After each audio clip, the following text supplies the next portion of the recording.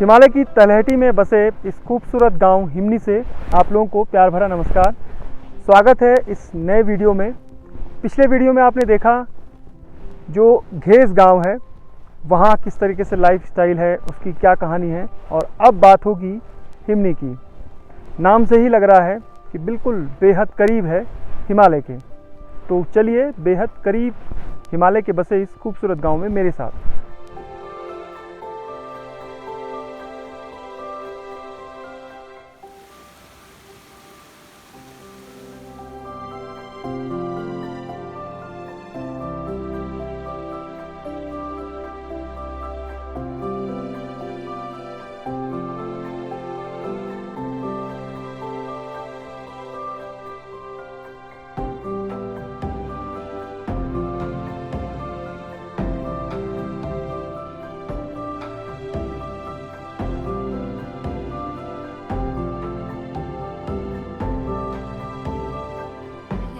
मेरा नाम श्रीमती नंदी देवी है।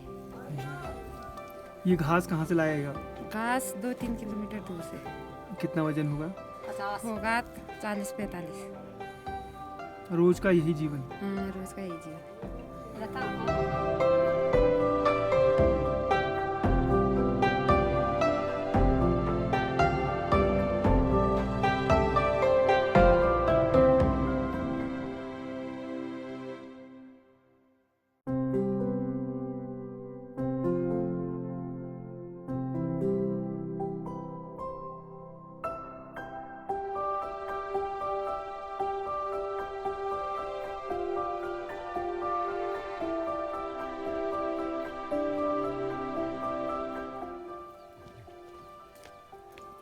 क्या है आपके पीठ में? ये आलू है। आलू खुद रहे हैं मतलब, है ना? खुद रहे।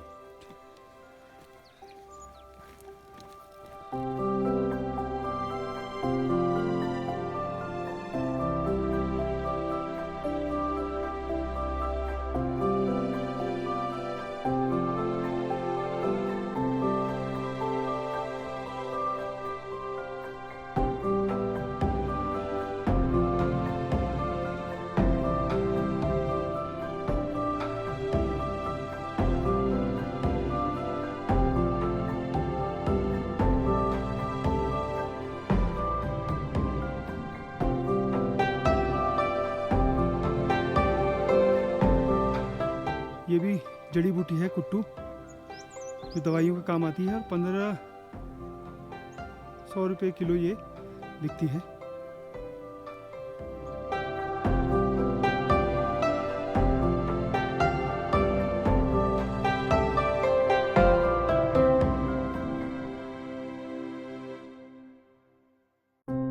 बहुत ही महत्वपूर्ण है पर्यटन की दृष्टि से। यहाँ पे बैदनी रूपकुंड, जो भी यहाँ से ये सड़क दिख रही है बैदनी वाली रूपकुंड वाली, वो सामने पार्क है। उसके बाद यहाँ से जो पिंडारी के लिए आमतौर पे चलते हैं टूरिस्ट, पिंडारी कुमाऊँ से लिंक है। यहाँ से कुमाऊँ लग गया, बागेश्वर डिस्ट्रिक्ट लग गया, जो धार दिख रही है। और यहाँ से बिथलगौर है हमारा टूरिस्ट पैलेस हो सकता है, वहाँ भी अच्छी उसमें कोशिश अभी वो नहीं हो पा रहा है इतना डेवलप बिथलगौर का मामला, लेकिन बाकी और बढ़िया है। यहाँ आप लोग खुद देख रहे हैं, यहाँ पे भौगोलिक स्थिति भी अच्छी है।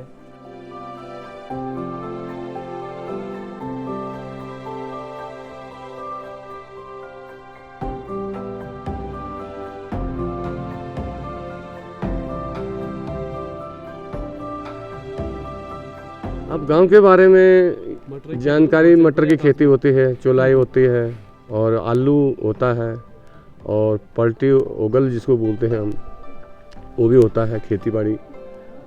और हमारे गांव के किसान हैं, अधिकतर लोग गांव में रहते हैं और खेती बाड़ी का काम करते हैं। पिछले 10 सालों में कैसे चेंज हुआ खेती बाड़ी में? खेती बाड़ी में चेंज, यहाँ थोड़ा सा तापमान की कमी होती है और ठंड ज़्यादा है, और जो हमारे यहाँ गर्मियों में फसल होती है वो ठीक ठाक होती है, और जो सर्दियों की फसल होती है वो बहुत कम होती है।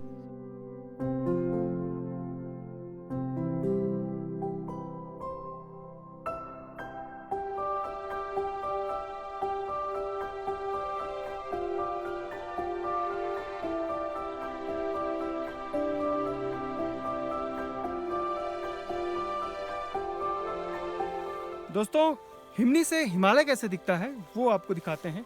ठीक मेरे पीछे सामने त्रिशूल पर्वत है ये, और ये मैतोली है आगे उस तरफ, और ठीक यहाँ पे अभी दिख नहीं रही है लेकिन यहाँ से नंदा गुमटी का एक छोटा सा पीक दिख रहा है। अब आपको दिखाते हैं बुग्याल। तो बुग्याल ये आली बुग्याल है, और इस आली बुग्याल के ठीक पीछे बेदनी बुग्याल है। ये बलाण गांव है सामने जो नीचे गांव दिख रहा है, और ये जो खेती बाड़ी है पूरी ये है यहाँ की खेती बाड़ी यानी जो हिमनी गांव की। तो ये था यहाँ का नज़ारा, और ठीक इस गांव के ऊपर है बगजी बुग्याल, और इसी गांव से हम कुमाऊं यानी बागेश्वर में भी प्रवेश कर सकते हैं। वो भी एक यहाँ से पैदल ट्रैक है।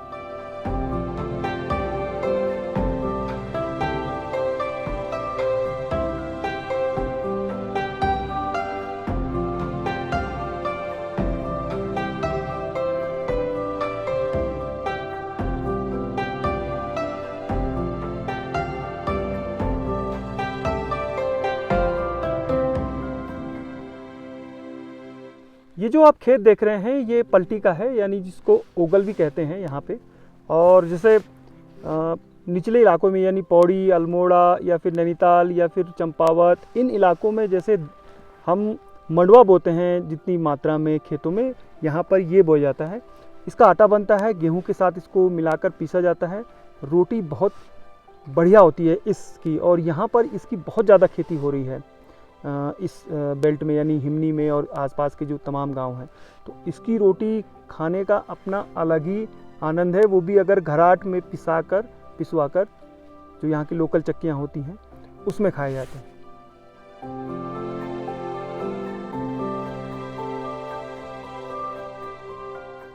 तो दोस्तों ये है राजमा, यानी जिसे हम यहाँ छीमी भी कहते हैं। 3-4 तरह की राजमाएँ होती हैं। ये जो राजमा है ये रिंगाल के जितने भी वो दिख रहे हैं आपको, रिंगाल के डंडियाँ हैं उन पर लगाया गया है, और उसकी बेल फिर इसकी उस पर जाती है।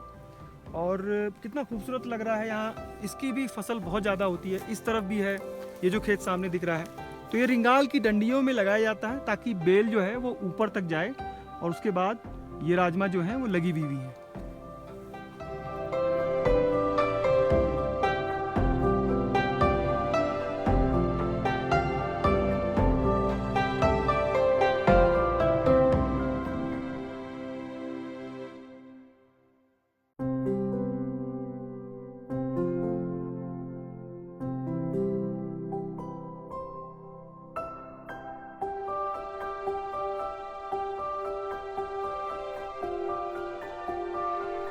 हिमनी में फ़िलहाल मोबाइल टावर तो नहीं है, लेकिन सरकार की तरफ से एक वाईफाई टावर ज़रूर लगाया गया है। फ़ोन आपको करना होगा तो आप वाईफाई से कनेक्ट करके फ़ोन कर सकते हैं, ये सुविधा थोड़ी है। जल्द ही टावर लगने की बात तो हो रही है, लेकिन लगेगा कब ये मालूम नहीं है। और अगर टावर लग जाए तो इस पूरी वैली में जो 4 गांव हैं वहाँ के जो लोगों को सबसे बड़ी दिक्कत का सामना करना पड़ता है वो है कनेक्टिविटी की। उसकी समस्या हल हो सकती है अगर टावर लग जाए।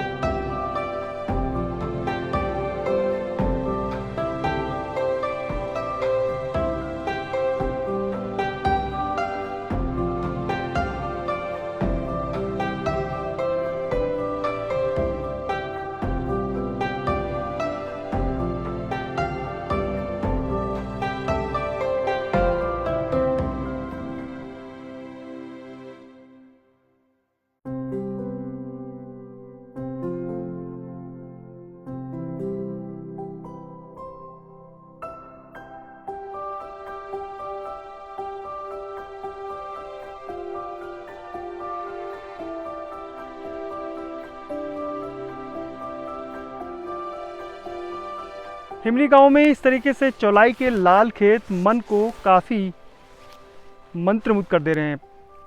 चौलाई के खेत एक तरफ एक के बाद एक पूरा लाल एक सीढ़ीदार खेत हैं। चौलाई यहाँ की प्रमुख क्रॉप है, यानी जो प्रमुख फसलें हैं उनमें से एक चौलाई की है। चौलाई 2 तरह की होती है और इससे जो है रोटियाँ बहुत अच्छी बनती हैं। पहले जो जौ और चौलाई को मिक्स करके उसकी रोटियां बनाई जाती थी। और भी इससे बनते हैं, जो आपने लड्डू खाए होंगे चौलाई के, जैसे बद्रीनाथ केदारनाथ में जब प्रसाद बनता है उसका, तो लड्डू उसके बनाए जाते हैं। इसको भून के पीस के इसके आटे से जो है वो हलवा भी बहुत टेस्टी बनता है। तो ये चौलाई जो है रामदाना यहाँ की प्रमुख क्रॉप है, और यहाँ इसको प्रयोग करने के बाद, जो अपने लिए बचाने के बाद, फिर जो यहाँ के काश्तकार हैं, जो किसान हैं, इसको बेचते भी हैं और इसका अच्छा मार्केट रेट भी मिल जाता है, करीब 40 से 50 प्रति किलो के बीच में।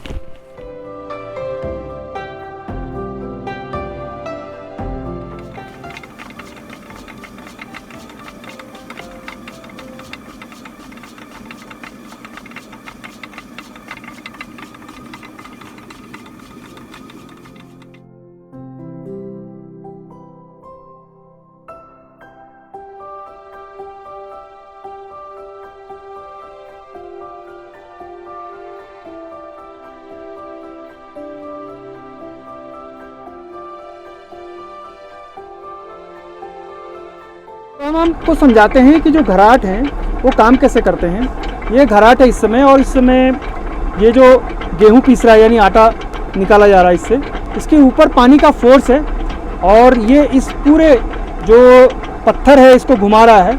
ऊपर से गेहूं गिर रहा है, एक एक थोड़ा थोड़ा करके आप देख रहे होंगे। और इसको बारीक पीसने के लिए, मोटा पीसने के लिए इसमें इसको तेज कम किया जा सकता है। इसके नीचे फोर्स है पानी का जो बाहर निकल रहा है, और नीचे वो फिर पानी का जो नीचे से पानी का जो फोर्स है वो चक्का घुमा रहा है। तो यहाँ के लोग, चाहे गेहूं हो, मंडवा हो, चौलाई हो या फिर पलटी हो, जितने भी यहाँ के अनाज हैं वो सब इसी घराट से पीसते हैं, और इसकी रोटियाँ बहुत बढ़िया होती हैं, स्वास्थ्य के लिए काफ़ी लाभदायक होती हैं।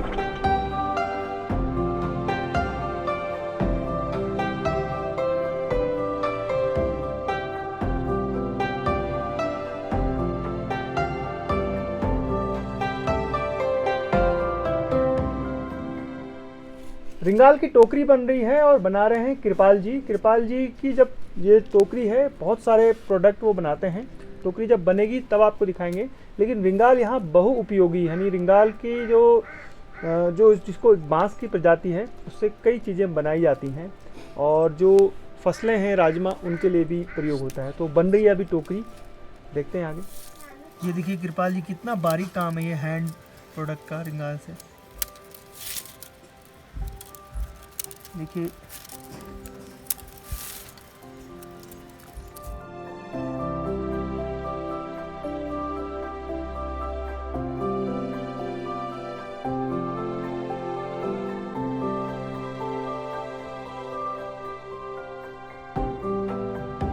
रिंगाल की टोकरी क्या है ये?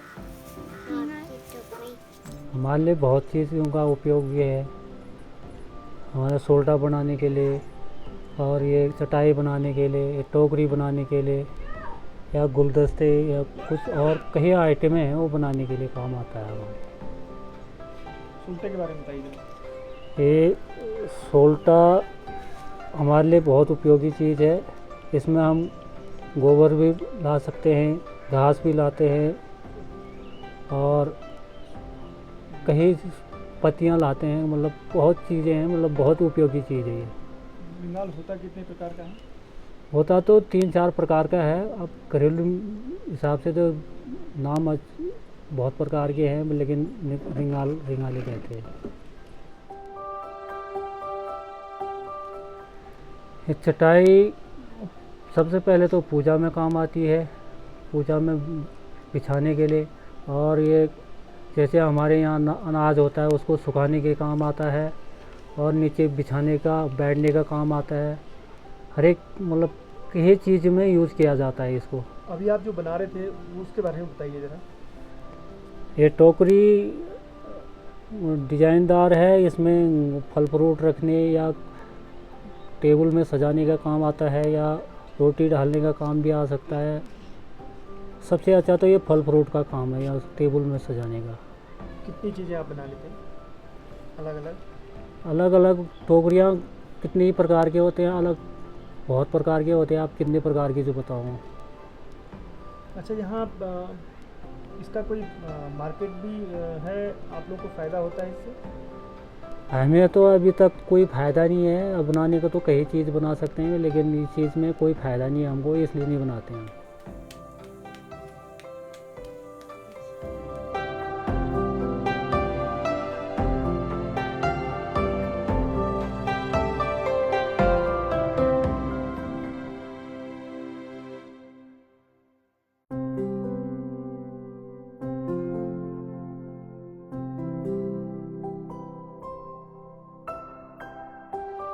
तो लक्ष्मी हमारे लिए चटनी बना रही हैं। ये है आड़ू को पहले आग में पकाया गया, उसके बाद इसके साथ साथ जो और हैं पुदीना, हरी मिर्च और ये लहसुन, और ये मसाले इसमें फिर डाले जाएंगे और बन के तैयार होगी चटनी आड़ू की।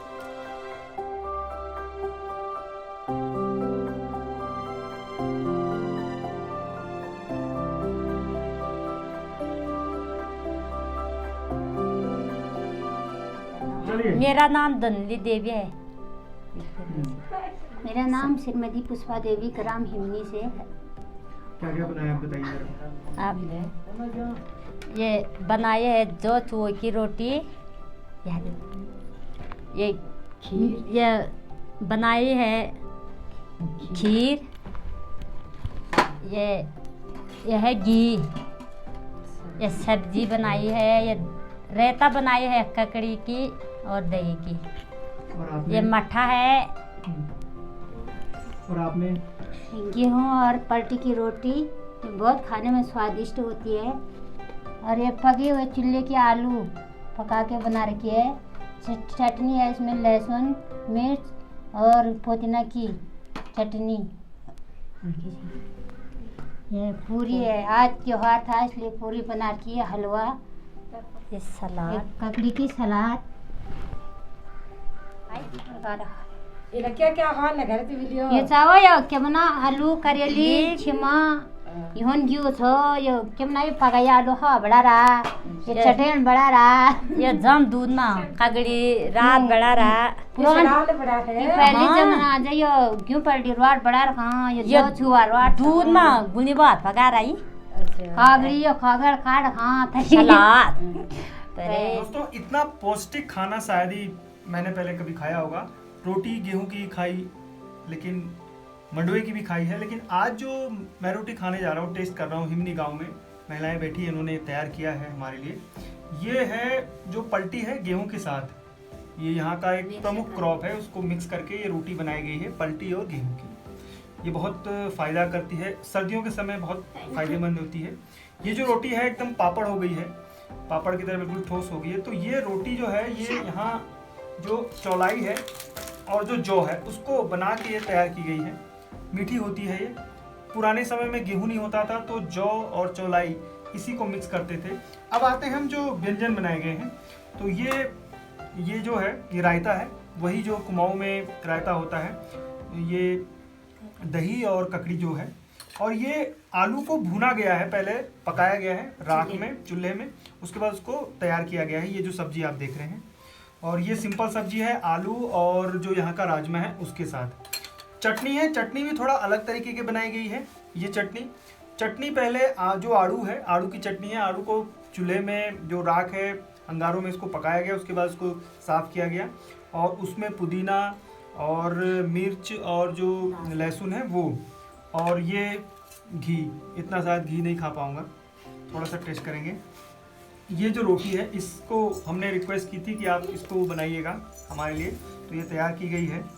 अब ये मीठी होती है,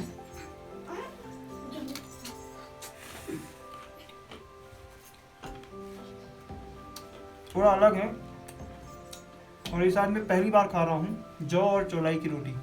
फाफर की रोटी मैं पहले खा चुका हूँ, थोड़ा इसको भी टेस्ट कर लेते हैं। पलटी बोलते हैं, पलटी और गेहूं। कड़वी तो नहीं होगी? नहीं नहीं होती। कड़वी नहीं होती खेत में पूछ रखा है आजकल पैटी है। वो देखा था हमने, आपने देखा भी होगा, जो गुलाबी कलर के फूल थे उसी इसी की के रोटी है ये। बहुत स्वादिष्ट है, अलग स्वाद है। गेहूं की रोटी तो आपने बहुत बार खाई होगी, लेकिन पलटी, चौलाई, जौ, इन जो हमारे 12 अनाज जो होते थे जो पहाड़ में, जिनसे इम्यूनिटी बहुत ज़्यादा बढ़ती थी। बीमार बहुत कम होते थे लोग, इसीलिए नहीं होते थे क्योंकि वो ऐसा अनाज खाते थे जो इम्यूनिटी पावर यानी प्रतिरोधक क्षमता को बढ़ाते थे। तो अगर हिमनी आना होगा तो ये खाना जरूर खाइएगा। पकड़ पकड़ पकड़ पकड़ पकड़ पकड़ पकड़ पकड़। खोली दे माता खोली भवानी दारू मागे वाला क्या लायो छ भेट पकड़ा क्या जागो जागो जागो।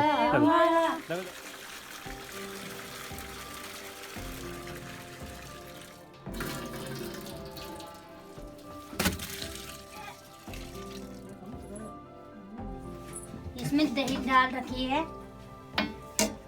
ये दही बनाने वाली लकड़ी है, ढक्कन लगा दिया उसका। इसका सपोर्ट है, ये सपोर्ट करने वाला लकड़ी का।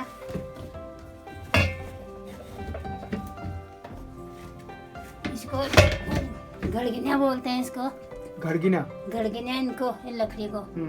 ये रस्सी है मट्ठा बनाने वाला, रेड बोलते हैं इसको, नेदेड़ बोलते हैं, नेदेड़। हम ऐसे मट्ठा बनाते हैं।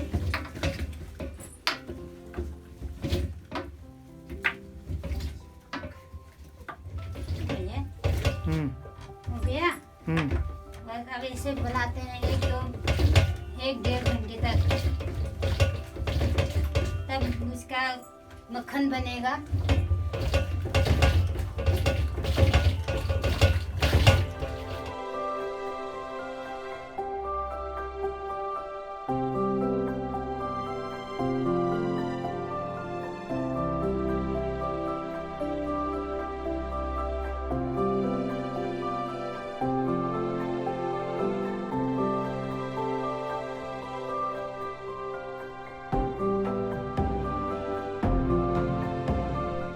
यहाँ से अगर देहरादून या हल्द्वानी या दिल्ली से आना हो तो कैसे आएंगे? तो हमें अगर दिल्ली से आना होता है तो हमें पहले तो हमें दिल्ली से बस पकड़नी पड़ती है, और उसके बाद वो बस हमें हल्द्वानी या देहरादून तक छोड़ती है। फिर वहाँ से हमें पर्सनल टैक्सी करना पड़ता है, देवाल तक का प्राइवेट टैक्सी है। वहाँ से फिर देवाल पहुँचते हैं। देवाल पहुँचने के बाद फिर हमारी लोकल गाड़ियाँ टैक्सी हैं जो हमें यहाँ तक छोड़ती हैं, अपने गाँव तक छोड़ती है। पहुँचना मुश्किल नहीं? पहुँचना मुश्किल नहीं है। तो सबसे अच्छा समय कब होता है यहाँ आने का? सब समय यहाँ पे होता है मार्च अप्रैल में। मार्च अप्रैल मई 3 महीने यहाँ के मतलब बहुत अच्छे वातावरण, मतलब आसमान खुला रहता है और उस टाइम पे उतनी ठंड भी नहीं होती, उतनी गर्मी भी नहीं रहती है। 3 महीना यहाँ पे कंफर्टेबल है।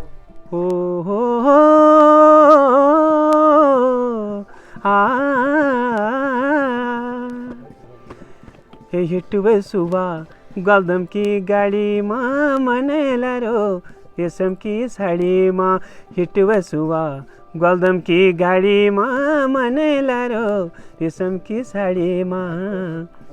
मराली गाड़ा धाना बोया माली गाड़ा खोजा मेरे पहाड़े डाना सुबह हिटे भोले ओला, हिट बसुआ गलदम की गाड़ी माँ मनेला रो रेशम की साड़ी माँ। हिमनी गांव की ये पूरी कहानी आपको कैसी लगी? हिमनी गांव भी गैस की तरह अब तेज़ी से बदल रहा है, यानी जड़ी बूटियों का उत्पादन यहाँ भी किया जा रहा है। हिमनी में सड़क मार्ग से जुड़ा हुआ है, बिजली भी यहाँ पर है, कनेक्टिविटी की थोड़ी दिक्कत है, लेकिन कुल मिला के हिमालय की गोद में ये गांव बहुत खूबसूरत लगता है। मेरे पीछे जो चाय की दुकान देख रहे हैं आप, ये भी भारत की अंतिम चाय की दुकान है। ठीक वैसे ही जैसे बद्रीनाथ से माणा में एक चाय की दुकान है, वो भी भारत की अंतिम चाय की दुकान है। सफ़र यूं ही चलता रहेगा रूरल टेल्स का। जय नंदा, जय हिमालय।